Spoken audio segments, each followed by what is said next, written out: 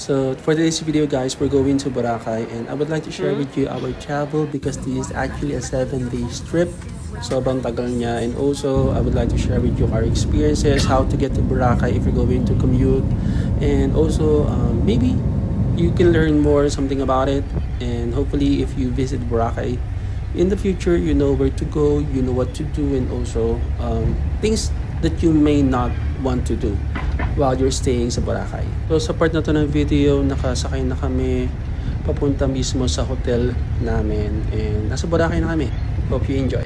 There you go guys, so dito na kami sa Boracay and this is the fucking view. So very nice.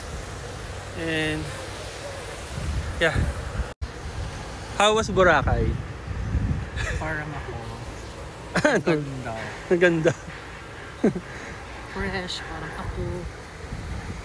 Ano masabi mo? Fresh, parang ako. First touch the water.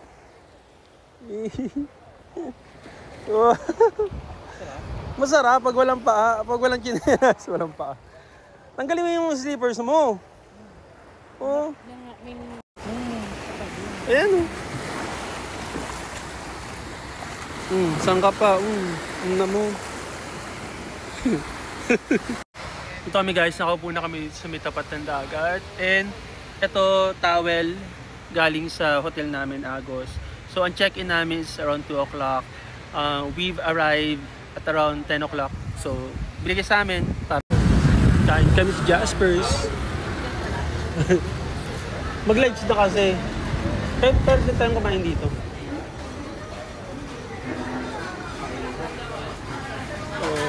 Daming tao. Pero yung arrostaldo po, makukuha ko na po ngayon.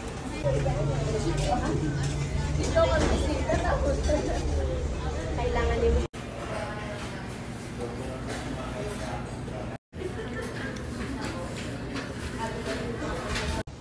Nakatambay lang kami ngayon dito sa beach and yan, naglalaro lang habang naghihintay na mag-check-in kami dun sa Agos.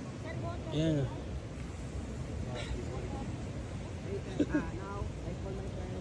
So parang gusto ko ulit ng ano. Magano? Sheep. Ito guys, the Sunny Side Cafe. Sobrang ganda nitong cafe na to. Nasa station man ito. Pwede kayong umorder dito ng mga drinks and mga food din. Meron silang mga meal. Pero this is more on a expensive side. Kasi expensive talaga siya guys. Ang maganda lang dito is magandang tumambay kasi nga yung sunset. Station 1, so konti lang yung mga tao, walang ganong sigabal, walang ganong puno, especially bandang dulo. And yan, ayun nakikita mong view. Sobrang ganda talaga.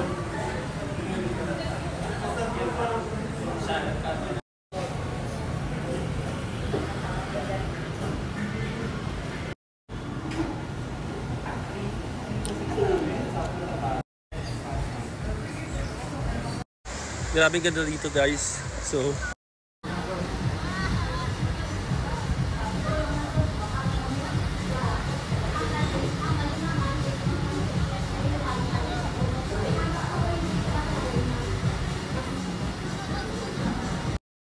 low tide na ngayong araw na to and nag-create din siya ng sandbar. Usually ang ocean or yung sea hanggang dito eh. Pero ito pwede na siya kasi sandbar siya. And very clean ang water. Walang lumot because it's November pala. Ayun. Walang lumot. Very nice pumunta sa Boracay.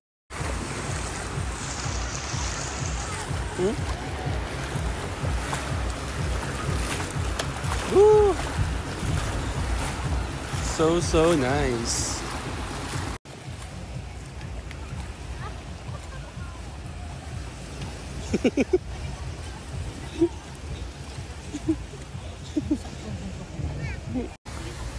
Day 3 in Boracay and we're here. Day 3 is tama dito, island hopping tour.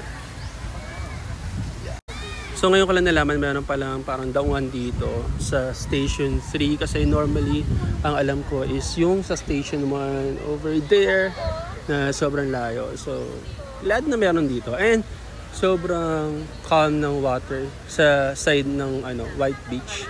Kasi dun sa kabilang side sobrang mahangin, sobrang maalon.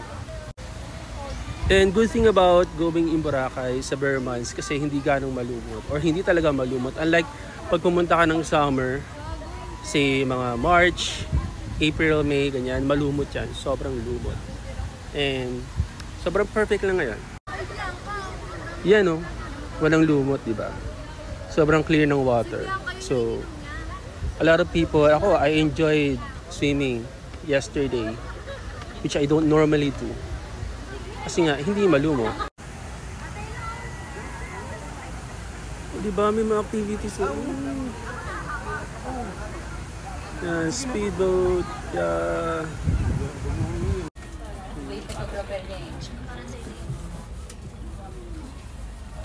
may touchdown dito sa Puka Beach. Puka Beach. Puka, dahil hindi tayo magkakaroon ng puke.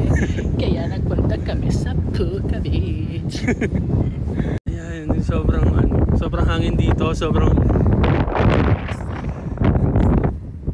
yung sun dito hindi ganun ka powdery unlike dun sa White Beach, pero still hindi siya mabato and maganda siya actually. And then mahangin dito sobra kasi yung hangin is from there, diba? And then medyo edge na to ng island. Ito po kami doon para magpa-picture.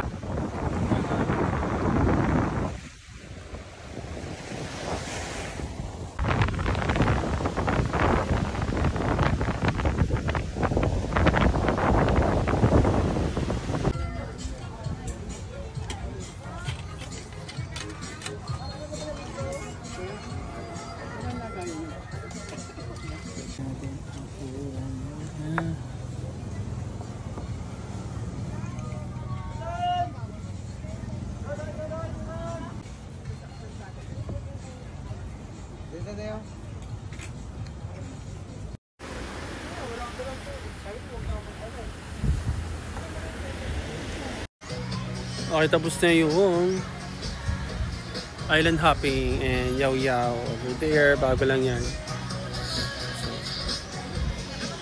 Kapagod.